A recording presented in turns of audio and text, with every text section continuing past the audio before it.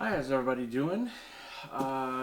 Today in this one, I'm just showing you what I'm doing with photography at the moment. Um, I ended up sending back the Fuji X H2. Um, it wasn't the giant leap forward that I thought. Oh, it's a great camera, and I may actually buy one again. Um, it wasn't the giant leap forward in picture quality that I was expecting. Um, the 40 megapixels versus the 26 of the XT3, which is what I'm filming on right now. Um, there's more detail there. There's more noise there. Although, when taken at the same size, the noise is actually less because it is a newer generation sensor. But when you view it at 100% at actual pixels, the noise appears like it's more. So that that drew me to the conclusion, that and the holiday rebates, because got to take advantage of a good rebate. I've been looking at medium format for a long time, and I've been saying, I don't need the GFX, I don't need it, I don't need medium format, and I just keep saying I don't need it, but then I see these amazing prints that are huge, gallery kind of size stuff, and I know absolutely those were not taken with an APS-C sensor camera. I think a lot of them, the really high-end stuff, a lot of those aren't taken with full format or full frame either. They're taken on medium format. So I thought I'd take advantage of the rebate. I got a Fuji GFX 50S2, and I got it with the kit lens, the 35-70, which is a really cool lens. I'm going to talk about this in its own video as I get to test it all. I picked up a small rig plate, camera plate, so I can attach it to my tripod, an L plate, so I can do the verticals too. Because I never got an L plate for my XT3, and I had one on my Nikon and I really missed it, but I didn't know my XT3 I was going to have it this long, otherwise I would have bought it earlier. I have kind of a generic plate, and it's just not as nice to use. But anyway, this is an unboxing video. Actually, I'm just rambling while I'm unboxing. I think, yes, okay, this is, I didn't even know exactly what this was because I ordered a couple things, but I was watching this on eBay. One of the issues with medium format digital is that the lenses are expensive. They are tools, they're not toys so much, let's say, but they're professional tools. So they come with a professional price, if I'm making any sense at all there. Well, this guy packed it well. So I was watching this lens. I've watched all the videos on all the GF lenses for the GFX system, by the way. I mean, all the videos. I've got it in my head on which ones I'm looking for. I'm not going to go as crazy into the system as I did with the X series. This looks brand new. I'm not going to go as crazy into the system because I don't need every possible focal length. You know, that's being a gear nut. I tend to do that, and I think I need every possible focal length so I can optimize the result in every possible scenario, right? And then I don't get out and shoot that much with them, as much as I'd like. So I don't want to make that same mistake. And then I also want to shoot more than I ever have. That's my goal. Really trying to make a push here into being something a little bigger with photography than I've been. You know, I don't want a 30-year hobby, right? And then someday I'm laying in my hospital bed wondering why I never did anything about it. because it's been a big passion in my life, and I got to a certain level and I just never really took the next step. So registration cards, I bought this used. So medium format lenses are expensive, hence I'm looking used in good shape on eBay. Let somebody else take that hit, that depreciation hit, you know, because I'm going to sell a few of my X lenses now, the APS-C sensor lenses, and I'm going to take a hit on them, you know, and I don't want to lose a ton of money on them when they're mint. You know, they're all brand new. So far, this box is looking perfect. It's got all the paperwork here.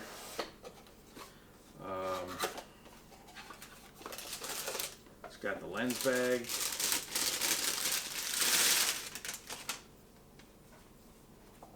It looks like it was never opened.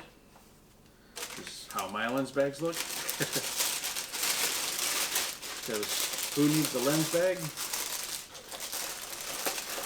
You just get a camera bag and you put the lens in the camera bag, and you don't need a lens bag. Let's see. So all the reviews I read, or watched, and read, said that the Fuji GF45, which there's a rebate right now, and I'm tax exempt from an online, from B&H. I'm tax exempt, but when I order on eBay, I'm not, so I have to pay tax. It's all for business, so I should be tax exempt. I just don't. I've never set up a tax exempt account with eBay. I'm not sure how you even do that. Ooh, she's pretty. Wow, this thing looks brand new. He didn't have really good pictures of it. You know, some people list stuff and they take like 2 photos and they look like they were taken with a cell phone or something, and the lens cap is on, so you can't really tell if it's flawless or not. You kind of have to read between the lines of the person selling it, and you kind of play the odds, like, do you think he used it a lot or not? And it didn't sound like he used it at all. So I took a chance, so we'll see. So far it looks absolutely mint, which is awesome, because if I was going to buy it and use it, it would look mint when I sell it. But I just paid $700 less because I bought somebody else's, and it came with a filter. So I appreciate that. I watched the auction, and nobody. Lens cap's a little jammed here. Okay.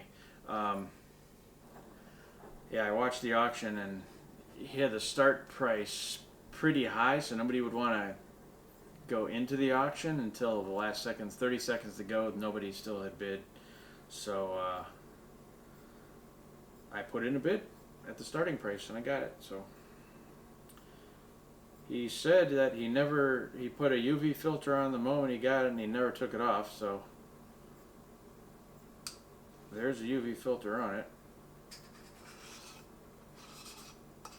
Looks multi-coated. I never use UV filters. I just don't want another piece of glass between. Yeah, that's flawless. Yeah, not a piece of dust on it.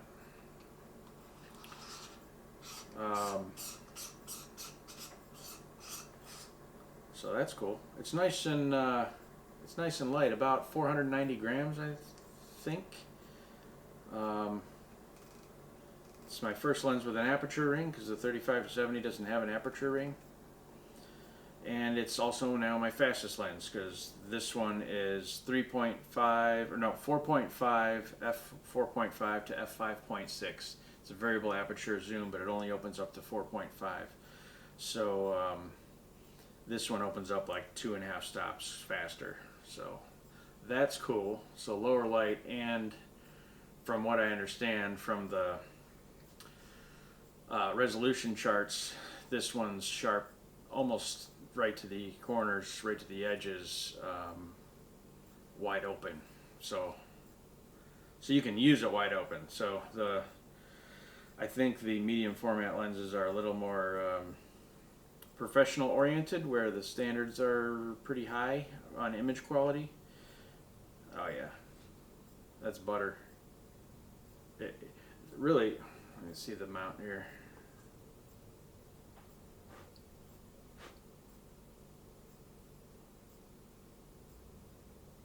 Yeah, there's not even any scuffs on the mount. You could have bought this thing a week ago from what it looks like. That's awesome. Stick it on the camera. The 35 to 70, I was immediately impressed by this. The 35 to 70 zoom. Like I said, I'll talk about that in a video by itself because I'm running out of batteries again. This camera eats batteries, the one that's filming.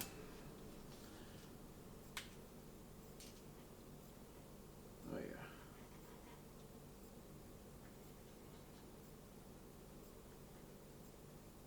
Yeah. Sweet. All right, it works. Beautiful. Happy I got that one. Everybody says the rendering's really nice and the image quality is great. Distortion is like non-existent, and it's the 35 millimeter equivalent on a full frame camera, so like 36 millimeter. Except on a GFX on a medium format sensor, it's actually a little more square than an APS-C sensor. So it's a 35 millimeter or 36 angle of view, but there's actually more information on the top and bottom. So it's almost like it's a wider angle, if that makes any sense. There's more information getting into the frame vertically, but the same horizontally. So that's pretty cool. I'm excited to see how the pictures come out with this, because they say it's the best prime lens for this system. So I'm happy I got a prime. I missed out on a bunch of other ones. I wanted a 45 to 100. Kind of a standard all-purpose zoom for doing landscapes and portraiture, because you zoom into 100 and I guess it's a pretty good portrait lens, even though it only goes open to f4. On a medium format camera, it's actually like it's opening up to like f3.2 or something, nearly 2.8, so you still get some good background blur. One of the benefits of a larger sensor. I wanted the I actually did buy the 30 millimeter, and then a guy just canceled my order. He didn't even ask me, and then he said for the reason, he said that I requested the order to be canceled. I never said anything, so gotta be careful. A lot of scams on eBay, or just in life everywhere you go. It's ridiculous. So I'm happy I got a good clean example here. I also am thinking about the 100 to 200 millimeter GF lens for landscapes. That's kind of like the 70 to 200 in full frame terms, or the 50 to 140 in APS-C.